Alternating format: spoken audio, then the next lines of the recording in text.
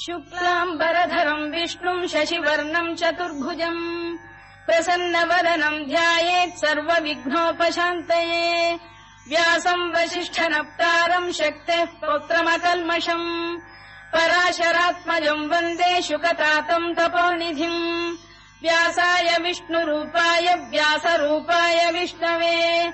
नमो वै ब्रह्मनिधये वासिष्ठाय नमो नमः अविकाराय शुद्धाय नित्याय परमात्मने सदैकरूपरूपाय विष्णवे सर्वजिष्णवे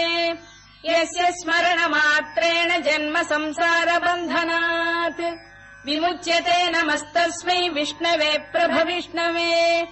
ॐ नमो विष्णवे प्रभविष्णवे श्रीवैशम्पायन उवाच श्रुत्वा धर्मानशेषेण पावनानि च सर्वशः युधिष्ठिरः शान्तनवम् पुनरेवाभ्यभाषत युधिष्ठिर उवाच किमेकम् दैवतम् लोके किम् वाप्येकम् परायणम् स्तुवन्तः कङ्कमर्चन्तः प्राप्नुयुर्मानवा शुभम् को धर्मः सर्वधर्माणाम् भवतः परमो मतः किम् जपन्मुच्यते जन्तुर्जन्म संसारबन्धनात् श्रीभीष्म उवाच जगत्प्रभुम् देवदेवमनन्तम् पुरुषोत्तमम् स्तुवन्नाम सहस्रेण पुरुषः सततोत्थितः तमेव चार्चयन् नित्यम् भक्त्या पुरुषमव्ययम् ध्यायम् स्तुवन् नमस्यम् च यजमानस्तमेव च अनादिनिधनम् विष्णुम् सर्वलोकमहेश्वरम् लोकाध्यक्षम् स्तुवन् नित्यम् सर्वदुःखातिगो भवेत् ब्रह्मण्यम् सर्वधर्मज्ञम् लोकानाम् कीर्तिवर्धनम् लोकनाथम् महद्भूतम् सर्वभूतभवोद्भवम् एष मे सर्वधर्माणाम् धर्मोऽधिकतमो मतः यद्भक्त्या पुण्डरीकाक्षम् स्तवैरच्चेन्नरः सदा परमम् यो महत्तेजः परमम् यो महत्तपः परमम् यो महद्ब्रह्म परमम् यः परायणम् पवित्राणाम् पवित्रम् यो मङ्गलानाम् च मङ्गलम् दैवतम् देवतानाम् च भूतानाम् यो व्ययपिता यतः सर्वाणि भूतानि भवन्त्यादियुगागमे यस्मिंश्च प्रलयम् यान्ति पुनरेव युगक्षये तस्य लोकप्रधानस्य जगन्नाथस्य भूपते विष्णोर्नाम सहस्रम् मे शृणु पापभयापहम् यानि नामानि गौणानि विख्यातानि महात्मनः ऋषिभिः परिगीतानि तानि वक्ष्यामि भूतये ऋषिर्नाम्नाम् सहस्रस्य वेदव्यासो महामुनिः छन्दोऽनुष्टुप् तथा देवो भगवान् देवकीसुतः अमृतांशुद्भवो बीजम् शक्तिर्देवकी नन्दनः त्रिसामाहृदयम् तस्य शान्त्यर्थे विनियुज्यते विष्णुम् जिष्णुम् महाविष्णुम् प्रभविष्णुम् महेश्वरम् अनेकरूपदैत्यान्तम् नमामि पुरुषोत्तमम् अस्य श्रीविष्णोर्दिव्यसहस्रनामस्तोत्रमहामन्त्रस्य श्रीवेदव्यासो भगवान् ऋषिः अनुष्टुप्छन्दः श्रीमहाविष्णुः परमात्मा श्रीमन्नारायणो देवता अमृतांशुद्भवो भानुरिति बीजम् देवकी नन्दन श्रेष्ठेति शक्तिः उद्भवः क्षोभणो देव इति परमो मन्त्रः शङ्खबृन्नन्दकी चक्रीति कीलकम् शार्ङ्गधन्वा गदाधर इत्यस्त्रम् रथाङ्गपाणिरक्षोभ्य इति नेत्रम् त्रिसामासामजः सामेति कवचम् आनन्दम् परब्रह्मेति योनिः ऋतुः सुदर्शनकाल इति दिग्बन्धः श्रीविश्वरूप इति ध्यानम् श्रीमहाविष्णुप्रीत्यर्थे सहस्रनाम जपे विनियोगः ध्यानम् क्षीरोदन्वत्प्रदेशे शुचिमणिविलसत्सैकते मौक्तिकानाम् माला क्लुप्तासनस्थस्फटिकमणिनिभैर्मौक्तिकैर्मण्डिताङ्गः शुभ्रैरभ्रैरदभ्रैरुपरि विरचितैर्मुक्तपीयूषवर्षैः आनन्दीन पुनीयादरिनलिन गदा शङ्खपाणिर्मुकुन्दः भूः पादौ यस्य नाभिर्विहदसुरनिलश्चन्द्रसूर्यौ च नेत्रे कर्णावाशा शिरोद्यौर्मुखमपि दहनो यस्य वास्तेयमब्धिः अन्तस्थम् यस्य विश्वम् सुरनरखगो भोगि गन्धर्वदैत्यैः चित्रम् रम्यते तम् त्रिभुवन वपुषम् विष्णुमीशम् नमामि। ॐ नमो भगवते वासुदेवाय। शान्ताकारम् भुजगशयनम् पद्मनाभम् सुरेशम् विश्वाधारम् गगनसदृशम् मेघवर्णम् शुभाङ्गम् लक्ष्मीकान्तम् कमलनयनम् योगिहृद्ध्यानगम्यम्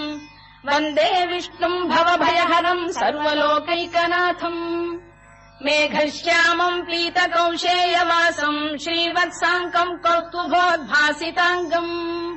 पुण्योपेतम् पुण्डरीकायताक्षम् विष्णुम् वन्दे सर्वलोकैकनाथम् नमः समस्तभूतानामादिभूताय भूभृते अनेकरूपरूपाय विष्णवे प्रभविष्णवे सशङ्खचक्रम् सकिरीटकुण्डलम् सपीतवस्त्रम् सरसीरुहेक्षणम् सहारवक्षस्थलशोभिकौस्तुभम् नमामि विष्णुम् शिरसा चतुर्भुजम् छायायाम् पारिजातस्य हेमसिंहासनोपरि आसीनमम्बुदश्याममायताक्षमलङ्कृतम् चन्द्राननम् चतुर्बाहुम् श्रीवत्साङ्कितवक्षसम् रुक्मिणी सत्यभामाभ्याम् सहितम् कृष्णमाश्रये।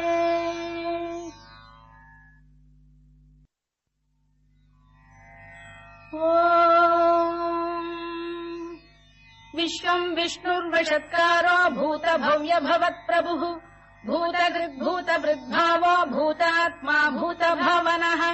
भूतात्मा परमात्मा च मुक्तानाम् परमागतिः अव्ययः पुरुषः साक्षी क्षेत्रज्ञोऽक्षर एव च योगो योगविदाम् नेता प्रधानपुरुषेश्वरः नारसिंहवपुः श्रीमान् केशवः पुरुषोत्तमः सर्वः शर्वः शिवस्थाणुर्भूतादिर्निधिरव्ययः सम्भवो भावनो भर्ता प्रभवः प्रभुरीश्वरः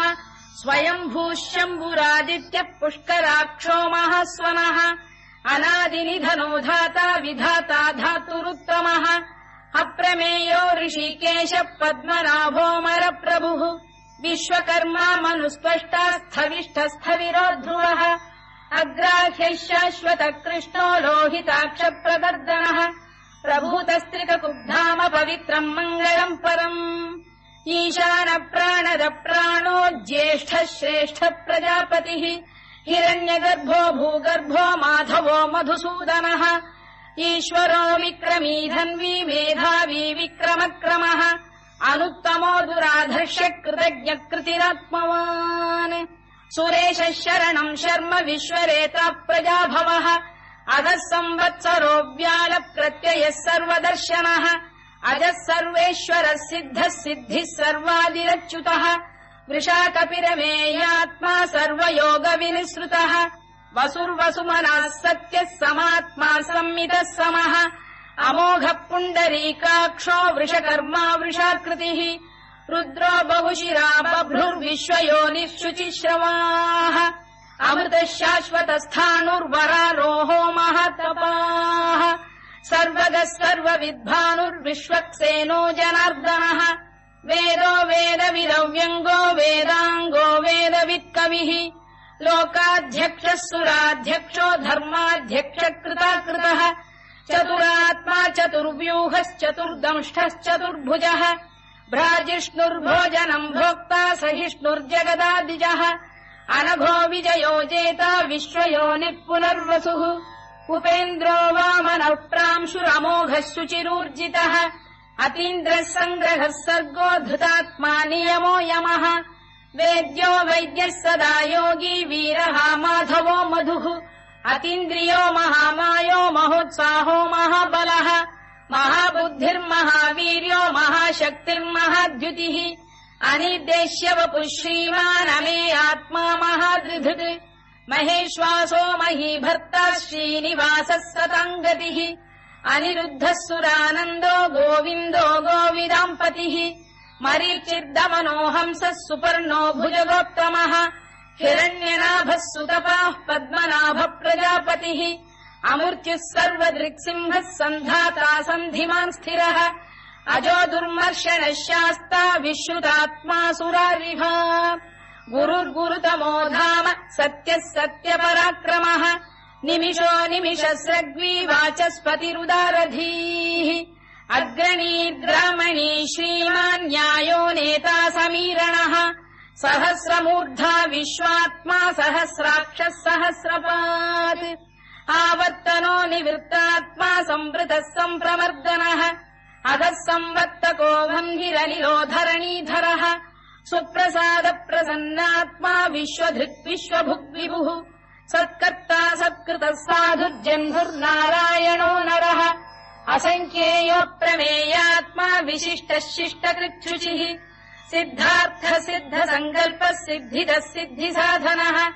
वृषाही वृषभो विष्णुर्वृषपर्वा वृषोदरः वर्धनो वर्धमानश्च विविक्तः श्रुतिसागरः सुभुजो दुर्धरो वाग्मी महेन्द्रो वसुदो वसुः नैकरूपो बृहद्रूपः शिपिविष्टप्रकाशनः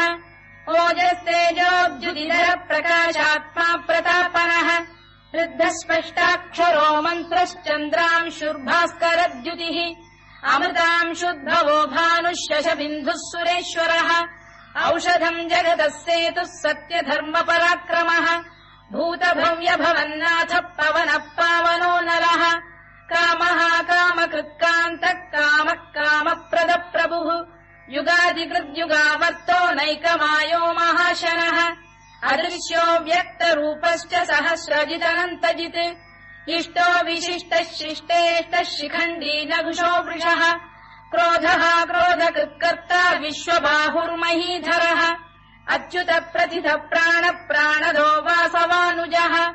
अपाम् निधिरधिष्ठानमप्रमत्त प्रतिष्ठितः स्कन्द स्कन्दधरो धुर्यो वरदो वायुवाहनः वासुदेवो बृहद्भानुरादिदेवः पुरन्दरः अशोकस्तारणस्तारः शूरः शौरिर्जनेश्वरः अनुकूलः शतावर्तः पद्मी पद्मनिभेक्षणः पद्मनाभोरविन्दाक्षः पद्मगर्भः शरीरभृत् महर्धिर्वृद्धो वृद्धात्मा महाक्षो गरुडध्वजः अतुलः शरभो भीमः समयज्ञो हविर्हरिः सर्वलक्षणलक्षण्यो लक्ष्मीवान् समितिञ्जयः विक्षरो रोहितो मार्गो हेतुर्दामोदरः सः महीधरो महाभागो वेगवानमिताशनः उद्भवः क्षोभणो देवः श्रीगर्भः परमेश्वरः करणम् कारणम् कर्ता विकर्ता गहनो गुहः व्यवसायो व्यवस्थानः संस्थानस्थानदो ध्रुवः परद्धिः परमस्पष्टः तुष्टः पुष्टः शुभेक्षणः रामो विरामो विरतो मार्गो नेयोनयोनयः वीरः शक्तिमताम् श्रेष्ठो धर्मो धर्मविदुत्तमः वैकुण्ठः पुरुष प्राण प्राणद प्रणव पृतुः हिरण्यगर्भः शत्रुघ्नो व्याप्तो वायुरभोक्षजः ऋतुः सुदर्शनकार परमेष्ठी परिग्रहः उग्रः संवत्सरो दक्षो विश्रामो विश्वदक्षिणः विस्तारस्थावरस्थाणुप्रमाणम् बीजमव्ययम् अर्थोऽनर्थो महाकोशो महाभोगो महाधनः अनिर्विण्णस्थविष्ठो भूर्धर्मयूपो महामखः नक्षत्रनेमिर्नक्षत्री क्षमः क्षामः समीहनः यज्ञयुज्यो महेद्यश्च क्रतुः सत्रम् सताम् गतिः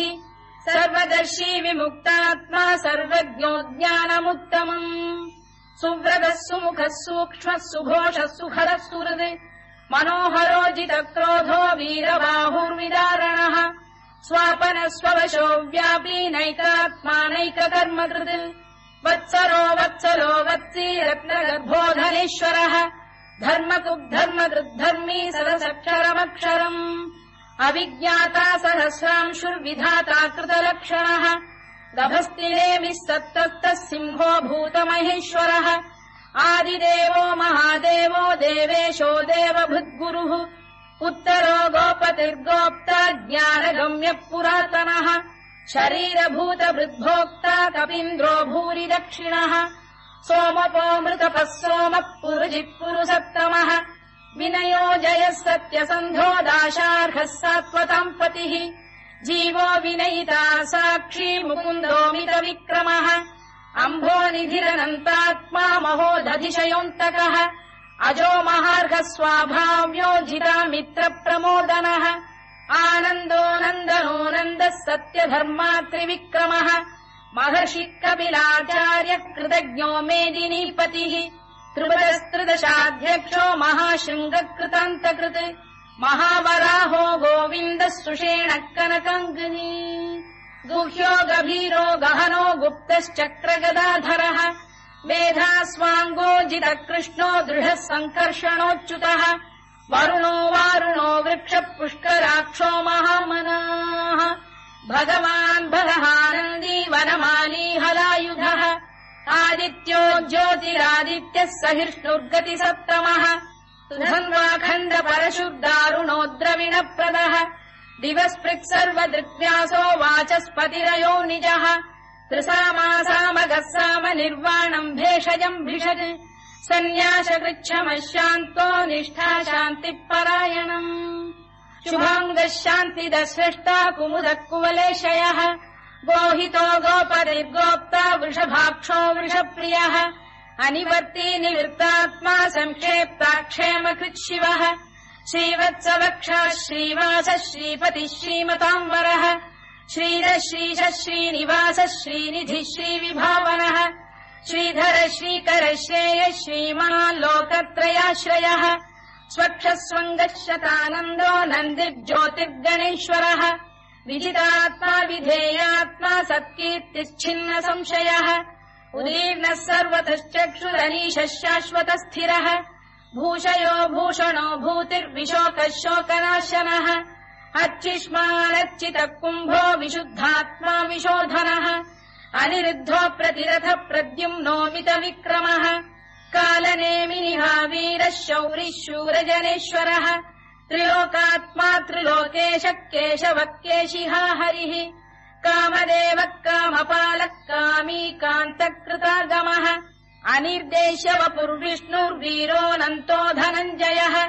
ब्रह्मण्यो ब्रह्मकृद्ब्रह्मा ब्रह्म ब्रह्मविवर्धनः ब्रह्मविब्राह्मणो ब्रह्मी ब्रह्मज्ञो ब्राह्मणप्रियः महाकमो महाकर्मा महातेजा महोरगः महाक्रतुर्महायज्वा महायज्ञो महाहविः स्तव्यस्तव प्रियस्तोत्रम् स्तुतिस्तोतारणप्रियः पूर्णः पूरयिता पुण्यः पुण्यकीर्तिरनामयः मनोजवस्तीर्थकरो वसुरेता वसुप्रदः वसुप्रदो वासुदेवो वसुर्वसुमनाहविः सद्गतिः सत्कृतिः सत्ता सद्भूतिः सत्परायणः शूरसेनो यदुश्रेष्ठः सन्निवासः सुयामुनः भूतावासो वासुदेवः सर्वासु निलयो नलः दर्पः दर्पदो दृप्तो दुर्धरोऽथा पराजितः विश्वमूर्तिर्महामूर्तिर्दीप्तमूर्तिरमूर्तिमान् अनेकमूर्तिरव्यक्तः शतमूर्तिः शताननः एकोनैकः सवक्कः किम् यत्तत्पदमनुत्तमम् लोकबन्धुर्लोकनाथो माधवो भक्तवत्सलः सुवर्णवर्णो हेमाङ्गो वराङ्गश्चन्दनाङ्गदी वीरः विषमः शून्यो घृता शीरचरश्चरः अमानी मानदो मान्यो लोकस्वामी त्रिलोकधृत् सुमेधा मेधजो धन्यः सत्यमेधाधराधरः तेजो वृषोद्युतिधरः सर्वशत्रुभृताम्बरः प्रग्रहो निग्रहो व्यग्रो नैकशृङ्गो गदाग्रजः चतुर्मूर्तिश्चतुर्बाहुश्चतुर्व्यूहश्चतुर्गतिः चतुरात्मा चतुर्भावश्चतुर्वेदविदेकपात् समावर्तो निवृत्तात्मा दुर्जयो दुरतिक्रमः दुर्लभो दुर्गमो दुर्गो दुरावासो दुरारिः शुभाङ्गो लोकसारङ्गः स्लुतम् तुस्तन्तु वर्धनः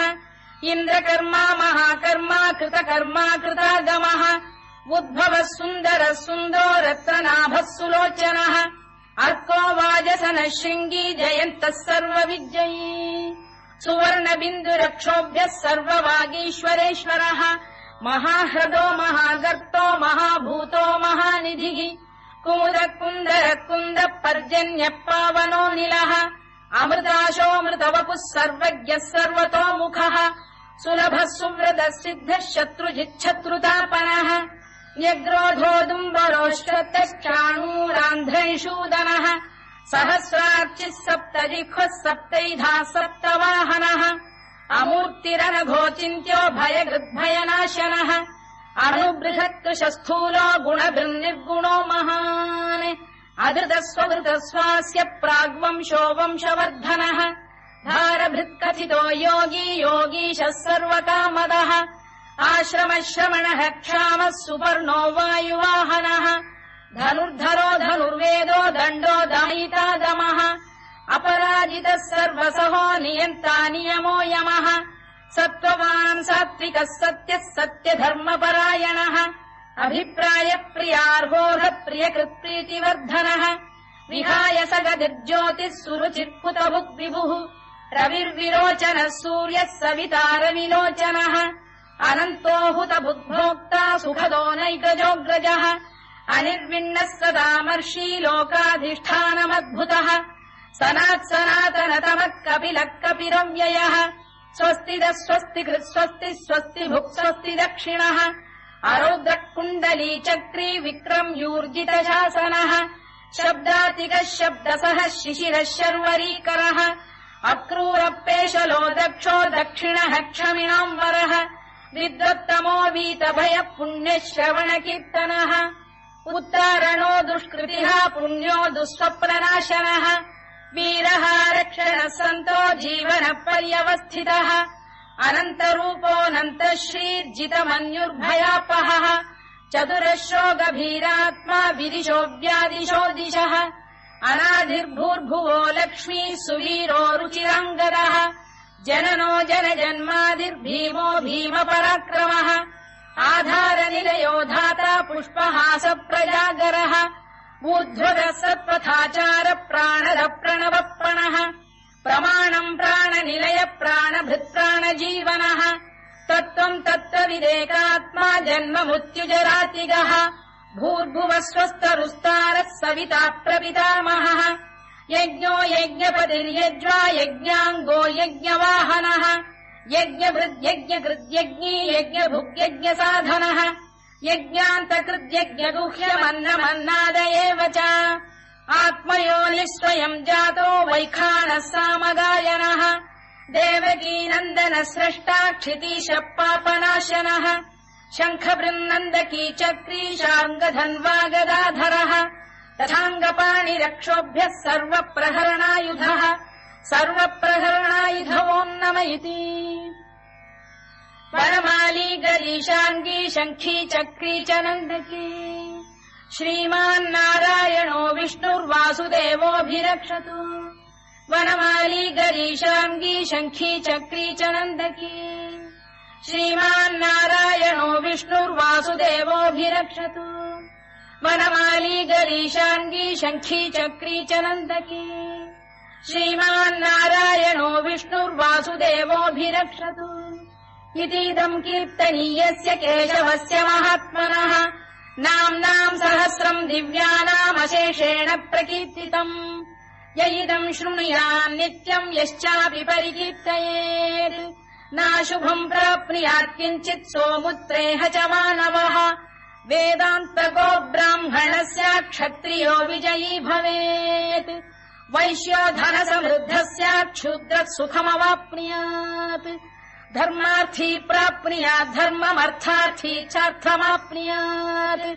कामानवाप्नुयात् कामी प्रजार्थी चाप्नुयात् प्रजाम् भक्तिमान् यः सदोत्थाय शुचिस्तद्गतमानसः सहस्रम् वासुदेवस्य नाम्नामेतत्र कीर्तयेत् यशः प्राप्नोति विपुलम् याति प्राधान्यमेव च अचलाम् श्रियमाप्नोति श्रेयः प्राप्नोत्यनुत्तमम् न भयम् क्वचिदाप्नोति वीर्यम् तेजश्च विन्दति भवत्यरोगोद्युतिमान् बलरूपगुणान्वितः रोगार्तो मुच्यते रोगात् बद्धो मुच्येत बन्धनात् भयान्मुच्येत भीतस्तु मुच्येतापन्न आपदः दुर्गाण्यतितरत्याशु पुरुषः पुरुषोत्तमम् सुवन्नाम सहस्रेण नित्यम् भक्तिसमन्वितः वासुदेवाश्रयो मर्त्यो वासुदेवपरायणः सर्वपापविशुद्धात्मा याति ब्रह्म सनातनम्